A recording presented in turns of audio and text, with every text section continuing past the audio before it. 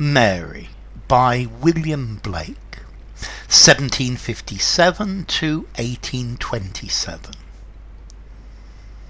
Sweet Mary, the first time she ever was there, came into the ballroom among the fair, the young men and maidens around her throng, and these are the words upon every tongue. An angel is here from the heavenly climes, or again does return the golden times. Her eyes outshine every brilliant ray, she opens her lips, 'tis the month of May. Mary moves in soft beauty and conscious delight, to augment with sweet smiles all the joys of the night. Nor once blushes to own to the rest of the fair, that sweet love and beauty are worthy our care. In the morning the villagers rose with delight, and repeated with pleasure the joys of the night. And Mary arose among friends to be free, but no friend from henceforth thou, Mary, shalt see. Some said she was proud, some called her a whore, and some when she passed by shut to the door. A damp cold came o'er her, her blushes all fled, her lilies and roses are blighted and shed. Oh, why was I born with a different face? Why was I not born like this envious race? Why did heaven adorn me with bountiful hand, and then set me down in an envious land? To be weak as a lamb and smooth as a dove, and not to raise envy, is called Christian love. But if you raise envy, your merit's to blame, for planting such spite in the weak and the tame. I will humble my beauty, I will not dress fine, I will keep from the ball, and my eyes shall not shine. And if any girl's lover forsakes her for me, I'll refuse him my hand, and from envy be free. She went out in the morning, attired plain and neat. Proud Mary's gone mad, said the child in the street. She went out in the morning in plain neat attire, and came home in the evening bespattered with mire. She wept and trembled, sitting on the bedside. She forgot it was night, and she trembled and cried. She forgot it was night, she forgot it was morn, her soft memory imprinted with faces of scorn. With faces of scorn and with eyes of disdain, like foul fiends inhabiting Mary's mild brain. She remembers no face like the human divine. All faces have envy, sweet Mary, but thine. And thine is a face of sweet love in despair, and thine is a face of mild sorrow and care, and thine is a face of wild terror and fear, that shall never be quiet till laid on its bier. Okay, this is a poem by William Blake. William Blake was a British poet and he's part of the Romantic movement, although his poetry is very different to that of William Wordsworth or Samuel Taylor Coleridge. This is one of his simpler poems to understand. Poem is about envy. Now, William Blake was born in London. He was born in Soho, and he was apprenticed to a printer for 7 years when he was a child, and he became a master printer. After that, he went to study at the Royal Academy, and he studied there for another 6 years. So he really knew about his printing. And Blake was a poet, an artist, and a printer. Anyway, this poem is a criticism of society. This is a poem about envy and how jealousy is something that is very bad. And there's this girl Mary who tries to fit in, but she's rejected. She's always rejected. She goes to the ball, the big dance, and everything seems wonderful. Then after that, everyone says that she's proud or she's immoral, and she doesn't understand why she's different, why people are jealous. So she decides that she's never going to wear pretty clothes again, and she's not going to go to parties and things like that. But she's still mocked, she's still treated badly by the villagers, and this breaks her self-esteem, and she becomes insecure, and she is a victim of this jealousy. And this is a criticism of how cruel can society can be, and the fact that I think we need to break this social order and find a new one. And she is questioning the society that punishes her for being beautiful, and it punishes her for being true to herself as well. Sweet Mary, the first time she ever was there, came into the ballroom among the fair. So she went to the ball, the dance, and everybody there were the bright and the beautiful. The young men and maidens around her throng.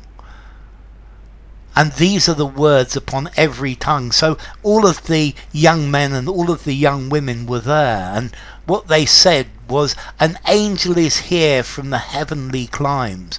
She's an angel.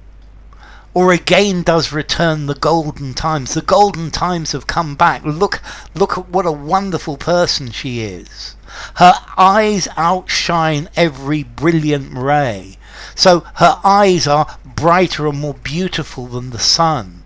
She opens her lip, 'tis the month of May. So when she opens her mouth, we have this red colour that is like the buds of the roses.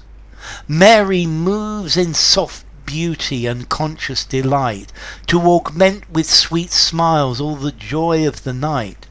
So she smiles, and she makes the night even more beautiful with her beauty and her sweet smiles. Nor once blushes to own to the rest of the fair that sweet love and beauty are worthy of care. And if everybody's paying her attention, and she doesn't shy away from the compliments and the lovely things that they say about her, because love and beauty are things that are worth appreciating. In the morning the villagers rose with delight and repeated with pleasures the joys of the night. So in the morning the people of the village, they got up and they talked about what a brilliant ball that was. It was a fantastic party. And Mary arose among friends to be free. And Mary woke up and she thought she was among friends. But no friends from henceforward thou, Mary, shalt see. But Mary then realised she had no friends. All of these people who'd pretended to be her friend last night really were not her friends. Some said she was proud, so some said she thought she was better than everyone else. Some called her a whore, so they are questioning her morals. They calling her a prostitute, that she's a person of low morals. And some, when she passed by, shut to the door. And when she passed, some people shut their doors. A damp cold came o'er her. So she started to feel cold. A cold came over her. This really should have a comma here. Her blushes all fled, so the bright colour of her cheeks fled. Her lilies and roses are blighted and shed. So the beautiful white of her skin and the red of her cheeks and her mouth, these have suddenly gone. She's shocked by what's happened. Oh, why was I born with a different face? Why was I not born like this envious race? So why am I different? Yeah, why am I not like these jealous, envious people? Why did heaven adorn me with bountiful hand, and then set me down in an envious land? So why did God give me all of these wonderful graces? Why did he make me beautiful? And now why did he then put me among all of these jealous and envious people? It's not my fault I'm beautiful. To be weak as a lamb and smooth as a dove, and not to raise envy, is called Christian love. Yes, so to be innocent and smooth and not to make people jealous, that's called Christian love. That's the way to live. But if you raise envy, your merit's to blame for planting such spite in the weak and the tame. But if you create envy because people are jealous of your merits, of your good qualities, that's a bad thing to do. I will humble my beauty, I will not dress fine. So I'm not going to look beautiful anymore. I'm not going to wear fine clothes. I will keep from the ball and my eyes shall not shine. So I'm not going to any more social functions. I'm not going to make my eyes shine like this. And if any girl's lover forsakes her for me, I'll refuse him my hand and from envy be free. And if the boyfriend of a girl leaves her and wants me instead, I will refuse him. I will tend to go away. And like that, nobody can envy me. She went out in mourning, attired plain and neat. So the next day she goes out in plain, neat clothes. Proud Mary's gone mad, said the child in the street. So the children saying that proud Mary's gone crazy. She went out in mourning in plain, neat attire, and came home in evening, bespattered with mire. And she came home in the evening, covered in mud, covered in dirt from the roads. She trembled and wept, sitting on the bed's side. So she was trembling and crying beside her bed. She forgot it was night, and she trembled and cried. She forgot it was night, she forgot it was morn, her soft memory imprinted with faces of scorn. And she was terribly upset. She forgot it was day, she forgot it was night. The only thing that she could think of were these faces that were people rejecting her. And why do these people reject her? With faces of scorn and with eyes of disdain, like foul fiends inhabiting Mary's mild brain. So faces of scorn and faces of dislike, these were in her brain, these were in her mind, these were all that she could think of.